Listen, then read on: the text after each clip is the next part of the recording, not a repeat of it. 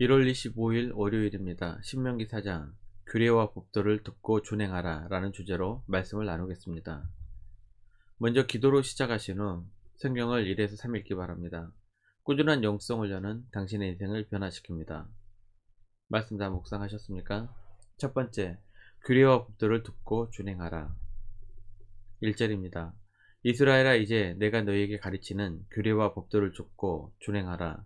그리하면 너희가 살 것이요 너희 조상의 하나님 여호와께서 너희에게 주시는 땅에 들어가서 그것을 얻게 되리라. 신명기 4장은 모세의 첫 번째 설교의 마지막 부분입니다. 여기서 반복적으로 강조하는 부분이 규례와 법도, 즉 하나님의 말씀을 잘 듣고 지키라는 명령입니다. 하나님의 말씀을 지키는 것은 사는 길이기 때문입니다.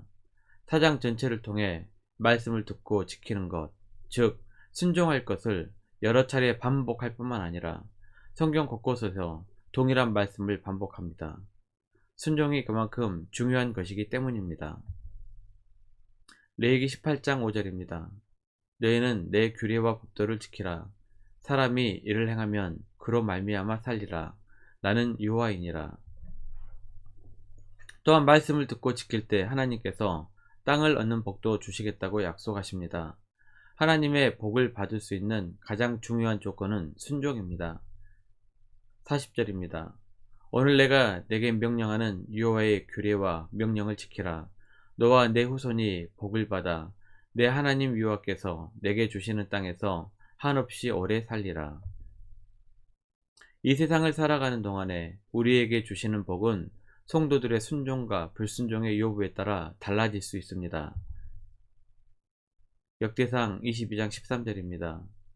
그때 내가 만일 여호와께서 모세를 통하여 이스라엘에게 명령하신 모든 규례와 법도를 삼가 행하면 형통하리니 강하고 담대하여 두려워하지 말고 놀라지 말지어다.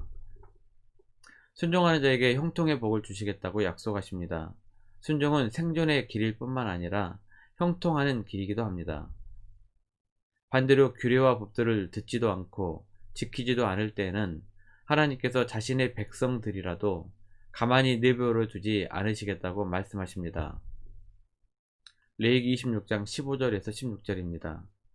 내 규례를 멸시하며 마음에 내 법도를 싫어하여 내 모든 계명을 준행하지 아니하며 내 언약을 배반할진대 내가 이같이 너희에게 행하리니 곧 내가 너희에게 놀라운 재앙을 내려 폐병과 열병으로 눈이 어둡고 생명이 쇠약하게 할 것이요 너희가 파종한 것은 헛되리니 너희의 대적이 그것을 먹을 것임이며.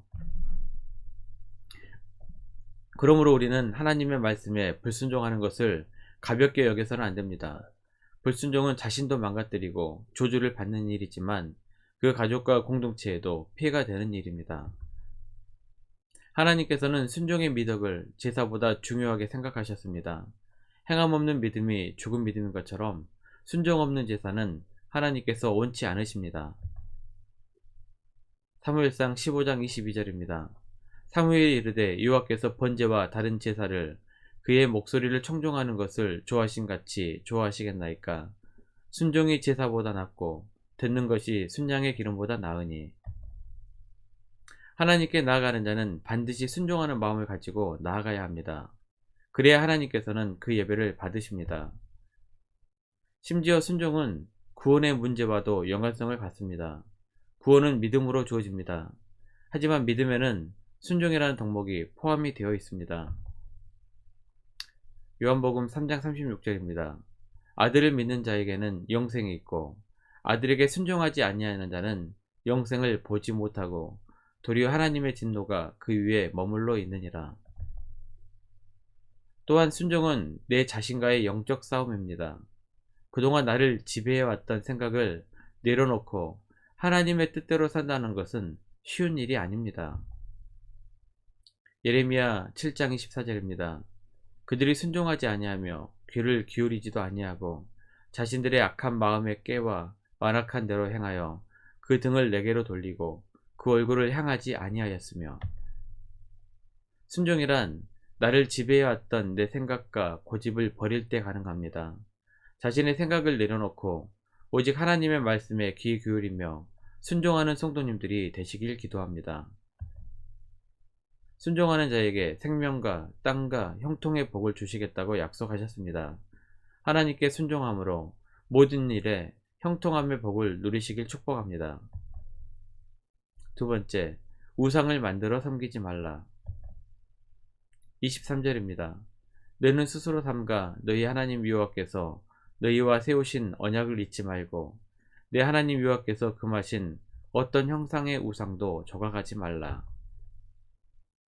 우상을 만들어 섬기지 말라는 말씀은 십계명에서 엄격하게 금하신 말씀입니다.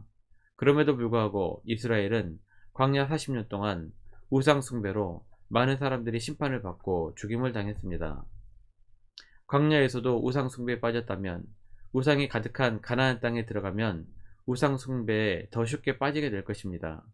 이로 인해 더 큰 문제가 발생할 것을 모세는 첫 번째 설교의 마지막 부분에서 경고를 한 것입니다. 27절입니다. 여호와께서 너희를 여러 민족 중에 흩으실 것이요 여호와께서 너희를 쫓아 보내실 그 여러 민족 중에 너희의 남은 수가 많지 못할 것이며.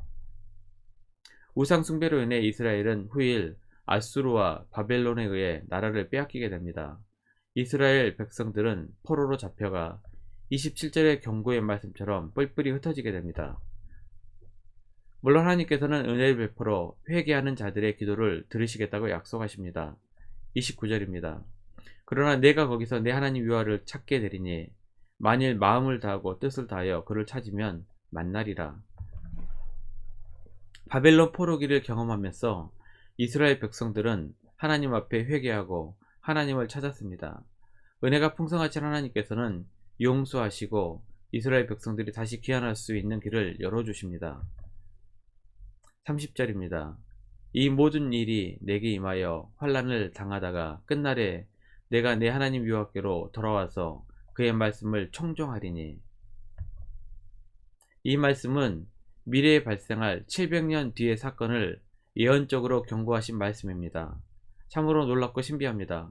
이 말씀대로 이스라엘은 규례와 법도를 듣고 지키지 않았으며 우상 숭배로 인해 포로 생활을 하며 환난을 당하게 됩니다. 그 후 돌이켜 하나님께로 돌아오게 되는 역사를 맞이하게 됩니다. 말씀 요약합니다.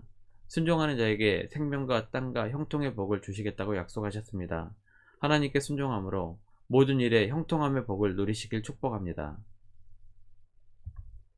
1년 성경 일독 주간 계획입니다. 오늘은 월요일 출애굽기 31장에서 33장 말씀 천천히 묵상하시기를 바랍니다.